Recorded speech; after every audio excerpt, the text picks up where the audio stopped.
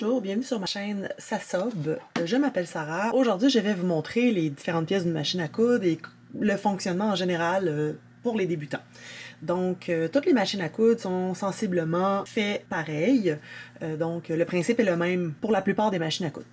Donc ici, moi, j'ai une Husqvarna Viking Emerald 118. Ce n'est pas une industrielle, c'est une machine domestique. Pour quelqu'un qui veut commencer, c'est vraiment parfait. Comment est-ce qu'une machine est faite? Donc, on commence par en haut. De cet angle, on peut voir le bobineur qui va servir à faire nos canettes.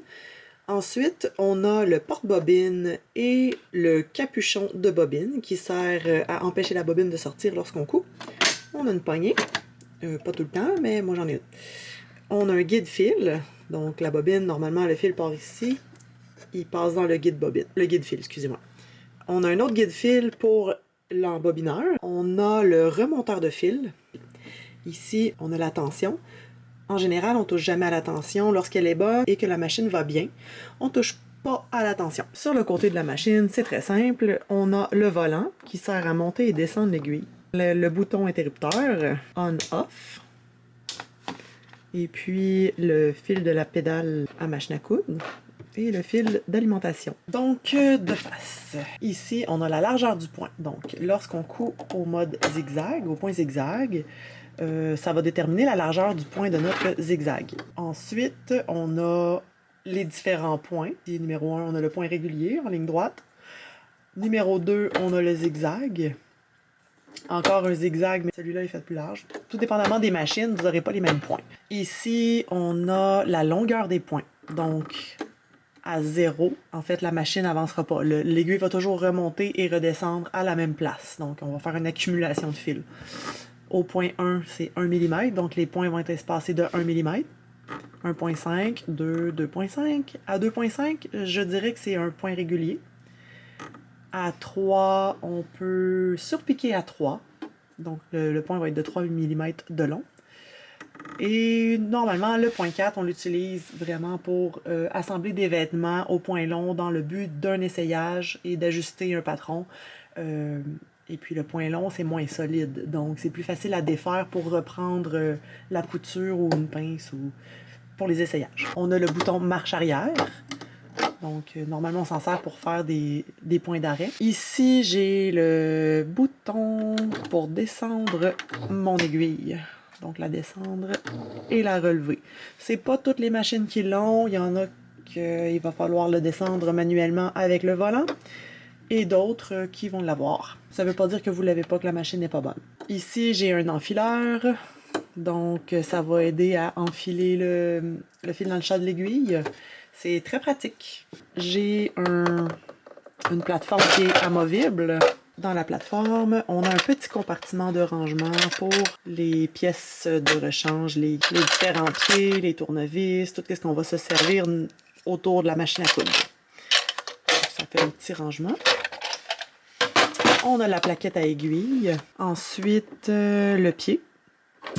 Et puis, en dessous, ici, on a un compartiment qui sert à la canette pour le fil du dessous. Vous allez pouvoir voir également que sur la machine, sur la plaquette à aiguille, on a des valeurs de couture. Donc, si dans un patron, on dit de coudre à 1.5, ça va être à 1.5 cm. On peut le convertir en mesure impériale, mais normalement, on utilise le métrique. La petite planche pour ouvrir la porte, je dirais, c'est ce qui fait le tour d'une machine à coudre.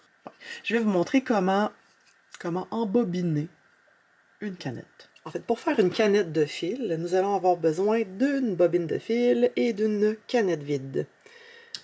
Donc, on installe la bobine sur le porte-bobine. On insère le capuchon. Ensuite, on vient passer le fil dans le guide-fil, celui-là. Et on vient passer le fil dans la canette. Ici, on a des trous. Donc, lui, il n'est pas percé. Lui, il y a vraiment un trou. Donc, de l'intérieur de la canette vers l'extérieur de la canette. On tient la canette. On vient l'installer sur le bobineur. On pousse. On vient tirer sur le volant. l'embobineur est tassé sur la droite, on commence à appuyer légèrement sur la pédale dans le but d'enrouler le fil. Normalement, je tire un peu sur l'excédent et je le coupe. De manière à ce que ça ne dépasse pas trop. Donc, on peut voir la bobine qui commence à se remplir. Dès qu'elle touche à cette pièce-ci, elle va commencer à ralentir. C'est un signe que la bobine, elle est pleine. Donc, je retire la bobine. Je coupe le fil. Et voilà, j'ai une canette. Prochaine étape, on enfile la machine. On a notre bobine qui est installée sur le porte-bobine avec le capuchon. On prend le fil, on vient le passer dans le guide-fil.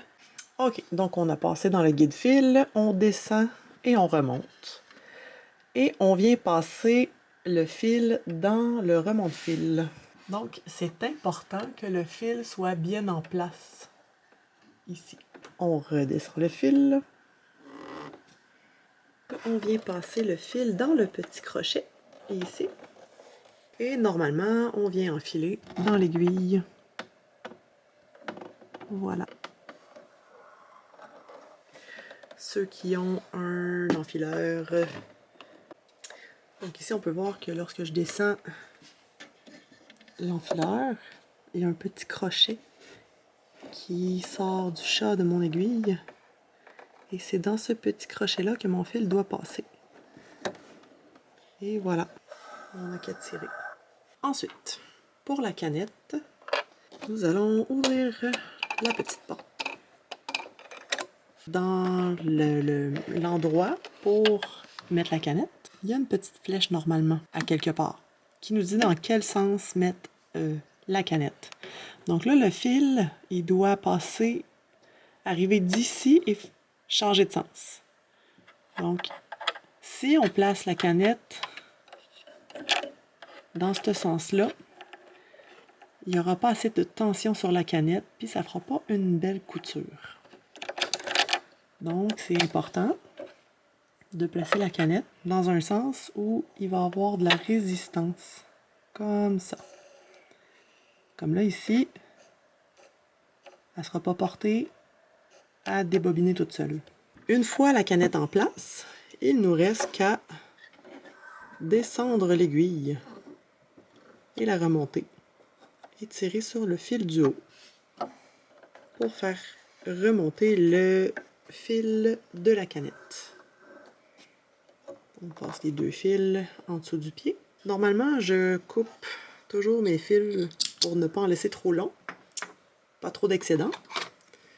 Et ensuite, je viens refermer ma petite porte. Et voilà, nous avons une machine qui est enfin prête à être utilisée. Alors, merci d'avoir visionné ma vidéo. On se retrouve dans un prochain tutoriel.